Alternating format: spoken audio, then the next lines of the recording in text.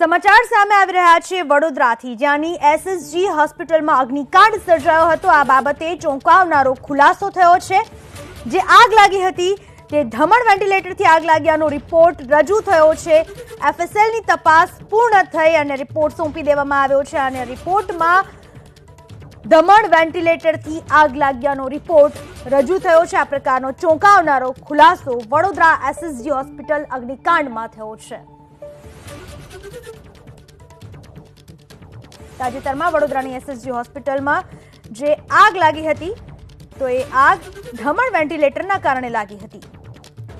બરોડાના sample પેલા ventilator ધમણ આવ્યું હતું, એમાં અમારા ફિઝિક્સ ડિવિઝનમાં ઓફિસરોએ અને કેમેસ્ટ્રી ડિવિઝનમાં ઓફિસરોએ એની તપાસણી કરી હતી।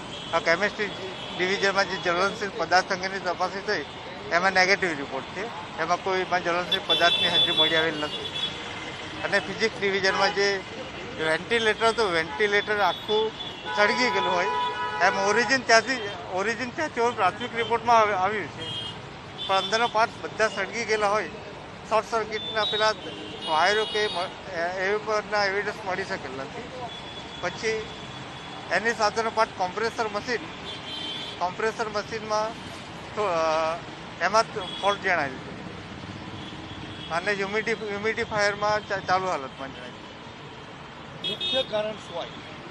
મુખ્ય કારણ આ પ્રાથમિક રિપોર્ટ અને બંને જોતા આ વેન્ટિલેટરના ભાગેથી આગ લાગવાની શક્યતા જણાય।